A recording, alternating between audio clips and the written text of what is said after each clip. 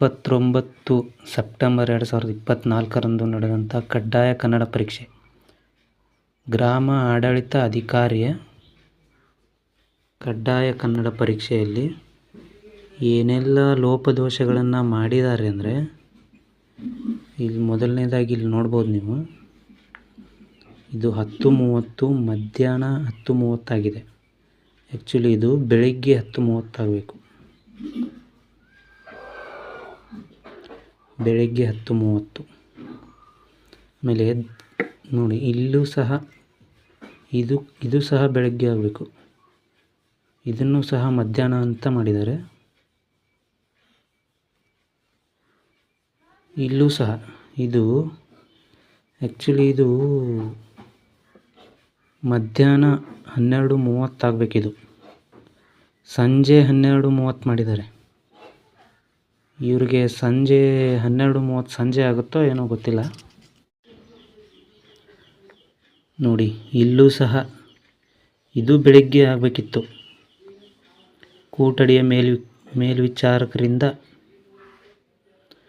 ಈ ಪ್ರಶ್ನೆ ಪತ್ರಿಕೆಯನ್ನು ನಿಮಗೆ ಮಧ್ಯಾಹ್ನ 10:25 ನಂತರ ಕೊಡಲಾಗಿರುತ್ತದೆ. ಇದು ಬೆಳಿಗ್ಗೆ ಆಗಬೇಕಿದು. ಆ್ಯಕ್ಚುಲಿ ಬೆಳಿಗ್ಗೆ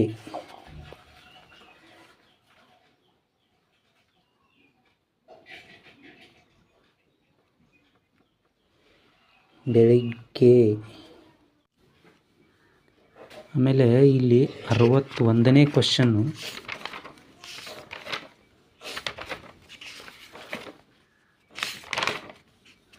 ನೋಡ್ಬೋದು. ಇಲ್ಲಿ 61ನೇ ಕ್ವಶನ್ನು, ಈ ಪ್ರಶ್ನೆ ಅಶ್ವಾರೋಹಣ ಆಗಬೇಕಿದು. ಇದನ್ನು ಅಶ್ಮಾರೋಹಣ ಮಾಡಿದ್ದಾರೆ. ಈ ಥರ ಲೋಪದೋಷಗಳನ್ನು ಮಾಡಿದರೆ ವಿದ್ಯಾರ್ಥಿಗಳು ಹೇಗೆ ಬರೀಬೇಕು ಅಂತ ಅರ್ಥ ಆಗ್ತಾ ಇಲ್ಲ.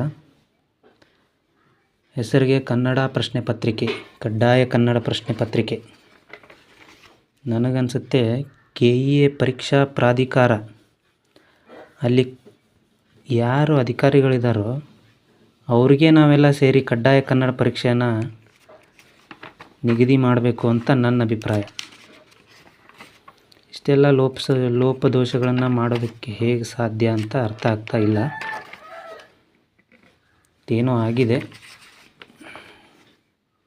ಮಧ್ಯಾಹ್ನ ಹೋಗಿದ್ದು ಸಂಜೆ ಮಾಡಿದ್ದಾರೆ, ಸಂಜೆ ಇದ್ದಿದ್ದು ಬೆಳಗ್ಗೆ ಇದ್ದಿದ್ದು ಮಧ್ಯಾಹ್ನ ಮಾಡಿದ್ದಾರೆ, ಮಧ್ಯಾಹ್ನ ಇದ್ದಿದ್ದು ಸಂಜೆ ಮಾಡಿದ್ದಾರೆ.